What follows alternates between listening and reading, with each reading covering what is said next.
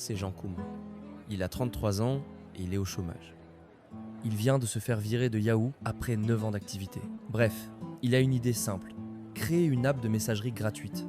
Mais Jean fait quelque chose que tout le monde fait. Il attend. Il attend d'avoir une équipe, des fonds, le moment parfait. Et cette idée, elle date pas d'hier, hein. Ça fait carrément plusieurs mois que ça lui trotte derrière la tête. Bref, il finit son café, rentre chez lui, prend sa douche et se met à table. Et pendant qu'il mange, il repense à son idée d'application de messagerie. Et c'est là que tout change. Pendant que j'attends, quelqu'un d'autre va sûrement voler mon idée, dit-il.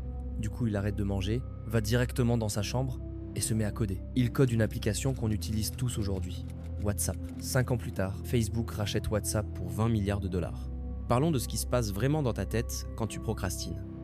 Il est minuit 30, t'es dans ton lit, en train de scroller, et tu tombes sur une story Insta d'un mec qui s'entraîne à 6h du matin.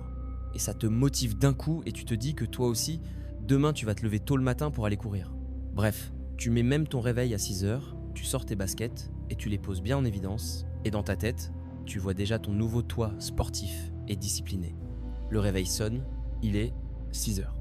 Et là tu repousses le réveil. 1 fois, 2 fois, 3 fois. Et tu te dis, bon, juste 10 minutes de plus et après qu'il fait froid et que demain il fera plus beau. Puis ensuite, de toute façon, j'ai mal dormi et c'est dangereux de courir fatigué. Bref, tu trouves des excuses. Et là, l'excitation retombe et tu remets à demain. Et c'est ça la procrastination. Tu sais quoi faire, mais ton cerveau choisit l'option la plus facile.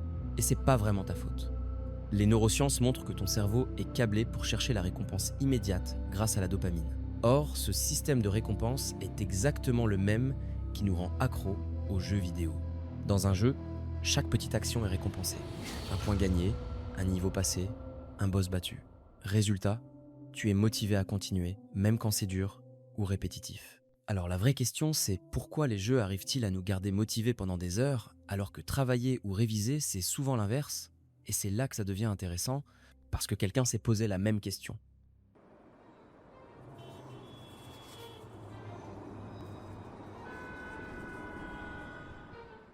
Lui, c'est N, un étudiant en droit qui avait exactement le même problème que toi et moi. Il procrastinait, manquait de motivation, et comme si c'était pas assez, il a raté 2 fois son concours d'avocat. Mais au lieu de se lamenter ou d'abandonner, N a eu une idée plutôt géniale. Et si je transformais ma vie en jeu vidéo? Et quelques temps après, il créa Eclipse, un système qui lui donnait envie de travailler plus intelligemment en gamifiant ses tâches. Chaque session de révision lui donnait de l'XP. Chaque objectif atteint lui faisait débloquer des titres. Et ses habitudes ennuyeuses devenaient des quêtes excitantes. Résultat, à la 3e tentative, il décroche son concours.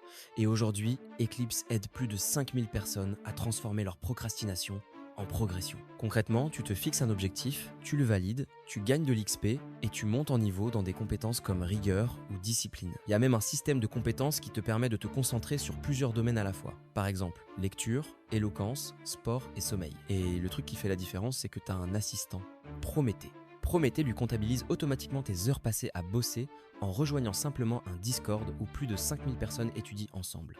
C'est motivant et tu accèdes à un classement. N m'a donné moins 30% avec le code MILES. Ça durera pas longtemps et le lien est en description. On est en 2007 et voici Brian Chesky. Lui et son coloc Joe Gebbia n'arrivaient pas à payer leur loyer de 1150$ à San Francisco. Ils ont l'idée de louer des matelas gonflables dans leur salon pendant une conférence design. Et là, Brian, il se dit que c'est ridicule. Qui va vouloir dormir chez des inconnus? Et il aurait pu attendre une meilleure idée, une idée plus professionnelle ou une idée moins gênante. Mais à la place, il lancèrent Bed and Breakfast en 2 jours. 3 personnes réservent et ils gagnent près de 240$. Aujourd'hui, Airbnb vaut 75 milliards de dollars, plus que Marriott, Hilton et Hyatt réunis. Pendant que nous, on attend l'idée parfaite, lui, Brian, a testé l'idée imparfaite. Et une idée imparfaite testée est meilleure qu'une idée parfaite qui reste dans ta tête. Daniel Ek savait exactement par où commencer quand il a eu l'idée de Spotify en 2006. Il avait 23 ans, il vivait chez ses parents à Stockholm et l'industrie musicale mourait à cause du piratage. Daniel aurait pu attendre que quelqu'un d'autre règle le problème.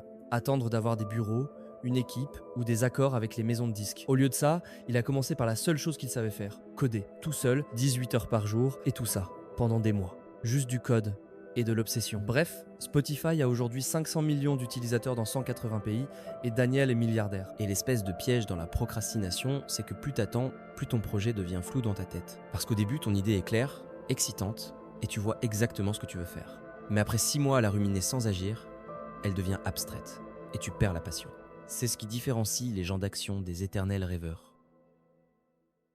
Melanie Perkins avait 19 ans quand elle a eu l'idée de Canva en 2007. Elle enseignait Photoshop à ses camarades et se disait que c'était trop compliqué et qu'il fallait simplifier ça. Et Melanie aurait pu attendre d'avoir plus d'expérience, de finir ses études ou de déménager en Silicon Valley. Et carrément pendant 3 ans, elle essuie sans un refus d'investisseurs. Et tout ça parce qu'elle refuse de laisser son idée mourir dans sa tête. Bref, elle améliore son pitch après chaque refus. Elle peaufine son prototype entre chaque meeting. Elle transforme chaque nom en une sorte de data pour s'améliorer. Et aujourd'hui, Canva vaut 40 milliards de dollars. Mélanie est l'une des femmes les plus riches d'Australie. Du coup, parlons de ta peur principale qui est l'échec. T'as peur que ce ne soit pas parfait, que les gens te jugent ou que tu échoues publiquement. Mais ce que tu dois comprendre, c'est que l'échec n'est pas l'opposé du succès, au contraire, c'est un ingrédient du succès.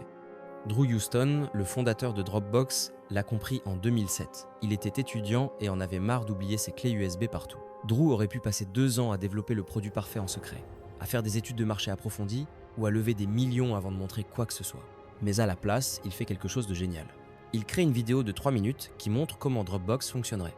Et c'est même pas un vrai produit, c'est juste une démo fake. Bref, il poste la vidéo sur Reddit et Digg. En une nuit, sa liste d'attente passe de 5000 à 75 000 personnes. Cette vidéo imparfaite lui a prouvé qu'il y avait une demande et maintenant il sait qu'il doit construire le vrai produit. Dropbox vaut aujourd'hui 10 milliards de dollars. Je sais pas si t'as capté le truc, mais Drew n'a pas du tout attendu d'avoir le produit parfait pour tester son idée. Il a testé son idée pour ensuite construire le produit parfait. Nuance énorme. Le premier conseil serait de découper tes ambitions en petites bouchées. Ton projet te semble énorme et intimidant, et c'est complètement normal. Reid Hoffman a fait exactement ça avec LinkedIn en 2003.